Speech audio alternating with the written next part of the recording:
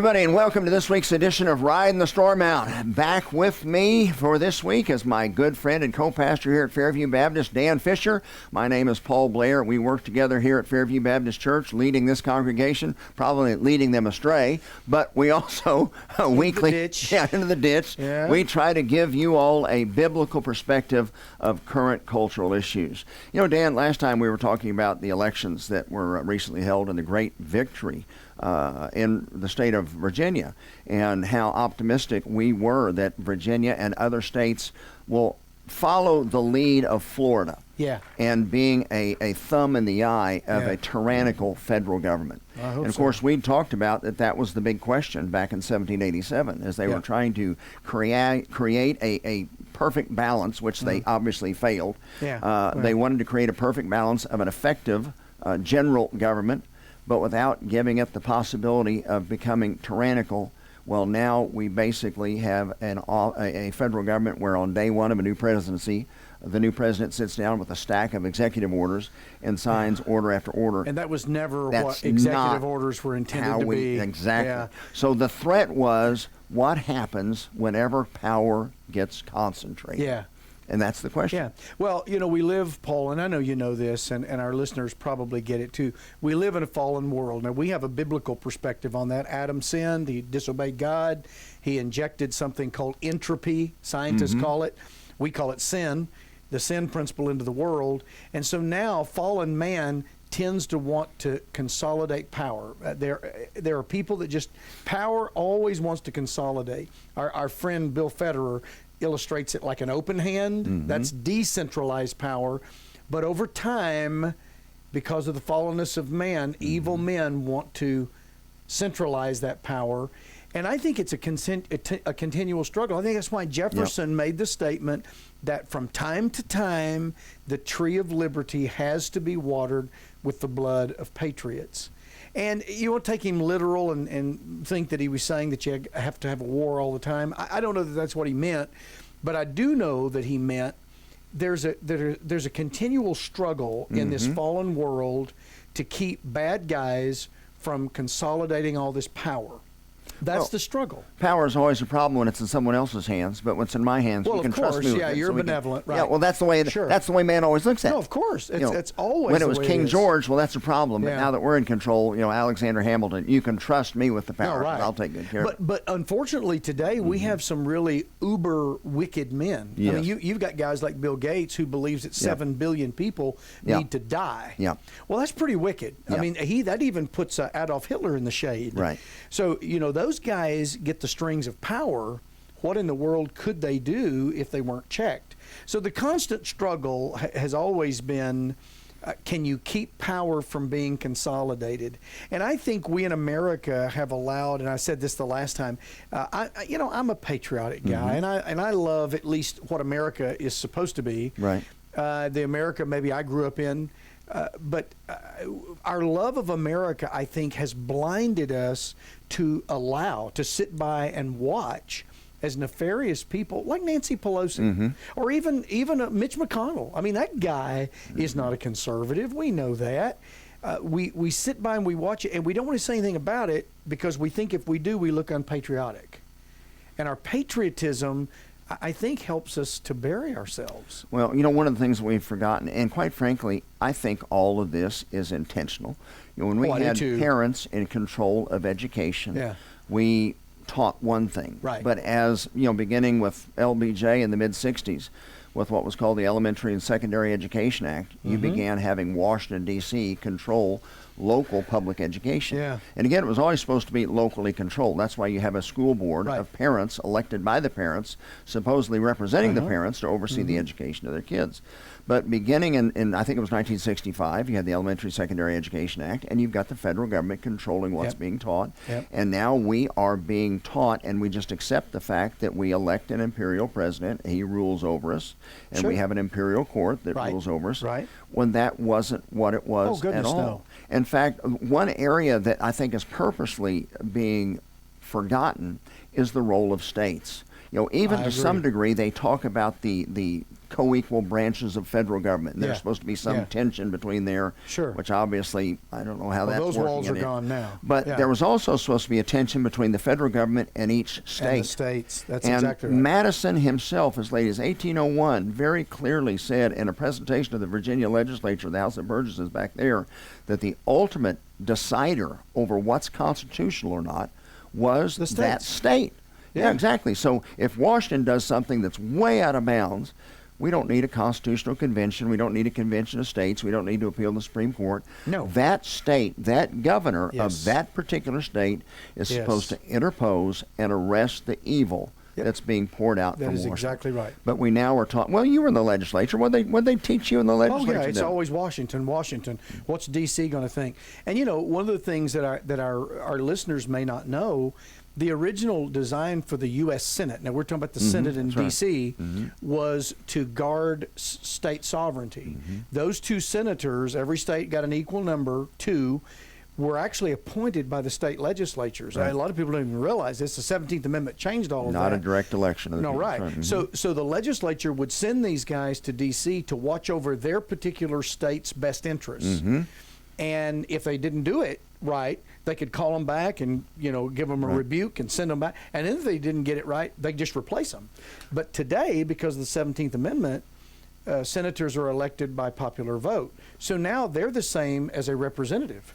So you got two houses of representatives. You got the House of Lords and the House of Commons.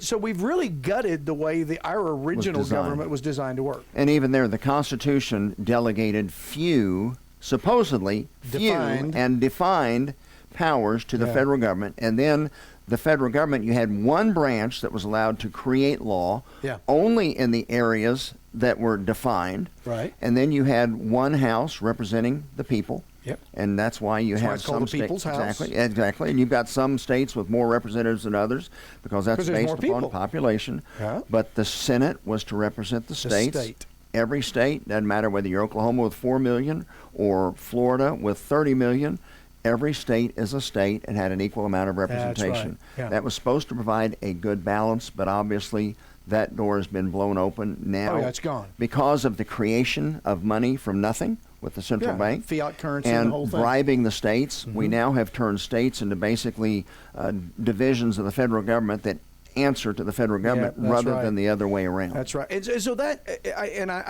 people follow us and they know that we're big state sovereignty guys. The reason why I could celebrate what happened in Virginia is that it was the people rising up saying, no, we don't want this and we're going to stop it. Now, do they get it to the next step? I don't know. I don't know what's going to come of that, but it's at least a positive thing that states are beginning to say no to Washington. And praise the Lord for Ron DeSantis. Oh, my gosh, I just started mentioning him. Ron DeSantis is demonstrating just how much power a state has and what a good governor can do. And look at this. You had 320 million people across the United States all focused on the gubernatorial election in one state. Yeah. So I believe our message is starting to take root. I do too. And as we have a federal government that's doing more damage than good to we the people and to the states, we have people looking for answers and recognize that it's not going to come out of D.C. No. It's going to come in spite of D.C. So that being said, one of the things that also happened this week is this meeting in Glasgow, Scotland, the climate summit. Aren't you glad? Don't you feel better? Wasn't it great? They're going to solve it. Did you see the pictures? And they're talking about climate change. By the way, ladies and gentlemen, please understand, if you go back and do the research, and we will be pointing you to this. Matter of fact, I'm going to share this with you right now. Go to the website, www.declarationforliberty.com. You will have some great videos there, as well as an action item that we would invite you to read and participate with. But understand that the virus pandemic that we've just endured wasn't a surprise. There have been people from the Rockefeller Foundation, Johns Hopkins, Gates Foundation. They have been planning what to do and predicting. Like 1 month before the very first case was reported in China, voila, they had a meeting. Look up Event 201 on your website, Event 201. They had a meeting at the Pierre Hotel in New York, and those three groups hosted it. They literally discussed, how will we respond if there was to be a bats to human SARS coronavirus? Well, Lo and behold, 30 days later. weren't they good guessers? What a wonderful, just threw a dart at the dartboard, happened to hit the bullseye. Ouija board. Or, what was that little ball? The Super 8 Magic 8 ball. There you go. Now, here's the thing. I believe that I think they were overwhelmed by how successful they were with this card. I don't think they anticipated being nearly as, but I can't believe how quickly people in America would hand over liberty for the sake of feigned loss of life. It's unbelievable. And again, we've known masks don't stop viruses forever until this year. But anyway, the thing that has been number one on their agenda and they have been working on unsuccessfully has been the climate. But we haven't bought it. Well, now that President Trump is out of office and they're going to try to push the Paris Climate Accord back into place, by the way, does nothing, and the UN even admits it only clamps down on us. Yeah, we're the only ones who abide by it, and we pay for it. Most of the nations came and signed on, have no obligations. No, like China. Well, China didn't even do. They're not going to do anything. I understand. In fact, China and Russia didn't even show up this week. No, they belch out more smoke than anybody. And did you love the picture? This important meeting that all the presidents of these different countries and prime ministers flew in on their private jets. Yeah, there's 401 of them. Yeah. You see the pictures of like Boris Johnson and Vice President Biden sound asleep in their chairs while the conference is going on. Well, that probably keeps Biden from screwing up. I hope he sleeps a lot more. We should sleep about 23 hours a day. I wish he would. But the idea of climate change, Dan, one thing I think that's real simple to look at is you just look at history. And you and I have talked before. The Bible says that climate is always going to, we know that climate fluctuates. It always fluctuates. Of course. It says that after Noah got out of the ark. Where'd the glaciers come from? There's still some glaciers. Exactly. The first ice age. Yeah, and you're talking about Valley Forge. What was Valley Forge in the middle of? Yeah, it was right, the Little Ice Age. The Little Ice Age. Yeah. Well, I don't remember George Washington driving around an SUV or flying in on his private plane. Well, but lots of cattle and horses. That's right, the methane. Flatulence. You understand? And those soldiers ate a lot of beans. Maybe. You just never know. Well, history records the Roman warming period, followed by a cooling period. Oh, and by the way, I interrupted you. I That's apologize. Okay, during these warming periods, people flourish. Exactly. They do better. Where would you rather try to survive? Perhaps in, I don't know, Texas or Florida or California or Anwar. or in Alaska. Where do you want to plant a crop to hopefully sustain yourself? Well, cold kills. We saw that last year when we had that cold snap all the way down Oklahoma, Texas. Oklahoma, people thrive. People survive. Sure. And by the way, we talk about CO2, and they now call CO2 as a pollutant. What do they add in? Oh, yeah. Did they ask the plants what they think of it? And what do they add in greenhouses where things grow like CO2. Mm-hmm. I've heard it called by those that know it's called plant food. That's exactly right. And not a pollutant. Yeah. But they are wanting to restrict Well, it's also moron food. Yeah, that's I'm thinking. But history, in fact, there's been articles recently. As the glaciers have, because we are in a small warming. Well, we are. There's no question about coming it. out of the global, but the it's little mini. ice. It's a mini warming kind of. It was warmer in the medieval warming period and in the Roman warming period than it is right now. Exactly. Yeah. But they have discovered that there's evidence of the Vikings farming in Greenland. Right. They are finding evidence of forests in Western Canada. And by the way, Greenland is not named Greenland because it's Hawaii. They named it that so people mislead wouldn't go there. people. Right. Exactly. It's icy in Greenland. Exactly. Yeah. Iceland and Greenland were reversed. The like opposites. Federalists and the anti-federalists. There you go. They've discovered the remnants of forests in Western Canada, in Alaska, because they understand. So what are you trying to say? Well, that it always warms and cools and warms and cools. Thousands of years. In fact, with the original ice age, thousands of years before there was an SUV or an airplane. Yeah. So basically, what we've discovered is that there's something that really makes a difference on the temperature of planet Earth. Something that's really hot. Yeah, and big orange giant ball. Does it have like big flares and prominences that come out sometimes? And it sits right in the middle of, and we're the third rock from the sun. I think that big orange thing. You think that might have some bearing on the temperature? With 70% of the Earth being ocean, it has an effect on the CO2 production. Amazingly. No. I know we'd never think of that. I know a scientist would never think of that. No. But then again, if that was actually the solution, then we couldn't have carbon taxes.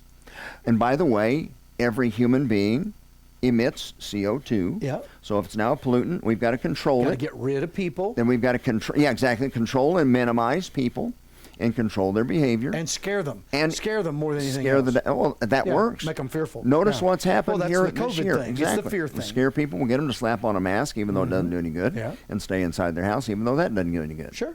I got to share this. This was really frustrating to me. And this is a little bit. It's kind of on topic, but when does topic ever kept us? Never. We've never abided by the rules. My wife noticed a Facebook post from somebody I would consider in a circle of friends. Not a close friend, but somebody I would consider a conservative and attends a pretty good church, and somebody that might attend one of our reclaiming conferences. That's more on. And she was lamenting that her husband now has been diagnosed with COVID, and he is apparently suffering a little bit. And we certainly grieve that. We don't want to see anybody suffer. But she started out with her post. She said, "We followed all the rules. We've had 2 vaccines. We're about to get our booster. We wore our masks. We stayed home. We've washed our hands and done everything we're supposed to do. And my husband still got COVID."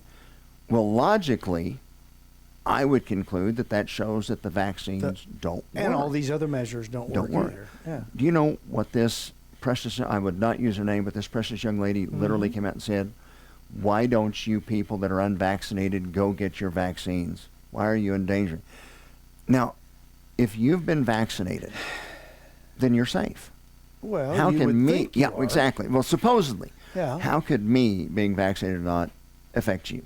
It can't.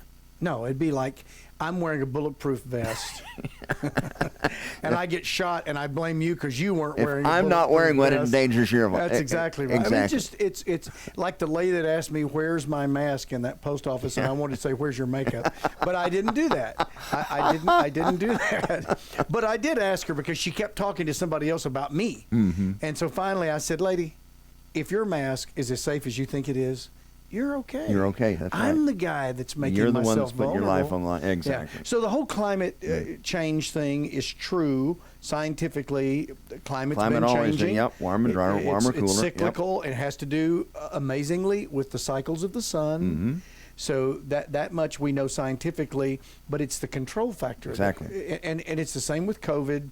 And I think they learned a lot with COVID. And I think they're learning a lot with this climate thing. And by the way, those guys, many of them, who are always talking about how the ocean's going to flood all the beaches. Yeah. They all own very expensive property. On the beach. Yeah. And they don't have any of them for sale. Right. In fact, some of them are buying more. Now, if I thought... Right. Exactly. All right. Now, this is going to be an easy softball question, but we've got to wrap up because we're out of time. So if we've got people that are in office, and I'm not going to say elected office, but I'm going to say people in office that are representing the United States of America, functioning inside the Beltway, trying to rule over the people, and they've used COVID successfully to try to strike fear in the hearts of people, and we know by their own mouths that they are going to use climate as the next existential threat. Well, if Washington is actually a part of the problem, then how can we, the people, defend ourselves politically in the current environment? I believe the answer is get your state to stand up and say no. It's just like what Alan West did today at an airport. It was either today or yesterday. A guy started screaming and yelling at him saying, "Where's your mask?" And Alan West walked up to the guy and pulled his mask down and said, "See, it didn't make a bit of difference, did it?" And the guy doubled up his fist, and Alan just walked away. Did he really? And Alan West then said on his post, he said, Congress has never passed a law that it's illegal not to wear a mask. Right. These people just think that because somebody has said, like a Fauci or a Biden or whoever, that it's a law. It is not a law. And so states and people just need to start bowing up and saying, look, you cannot tell us how to live. In Article 1, Section 8, even with Congress having the power to make law, they don't have the power to legislate law in that particular arena because it was never given to them. That is exactly. So for me, the answer is for the states to begin to stand up. Now, I know some are not. And you and I always talk about the 20 to 26 or 7 states where you could still save a republic. We actually want a republic. We like the Declaration of Independence. And that's a perfect segue to introduce people again. To remind, go visit our website, Declaration for Liberty, declarationforliberty.com. Virginia was very encouraging. New Jersey was surprisingly close. Yeah. But that's the answer. Just as we've seen with Ron DeSantis. States. As we see with Alan West on the run for Texas. Boy, wouldn't that be great? Oh, he is a wow. warrior. But Yeah. we have strong governors and strong states. That is the recipe to what ails us. It is we the people of the United States of America. So states are the answer. Buddy, it's so good to have you back in town. Back. It's good to I honestly missed you. You were just gone too long. I mean, 2 weeks. My heart cannot take the shock. Things just ran so remarkably smooth around here. It was now just there you go. See, I thought there was a compliment coming my way. Well, folks, it's good to have you joining us for another session of Riding the Storm Out. Again, providing a biblical perspective, a politically incorrect but biblically correct perspective from a couple of soon-to-be out-of-work pastors on current cultural issues. So thank you for joining us, and we look forward to being with you next week.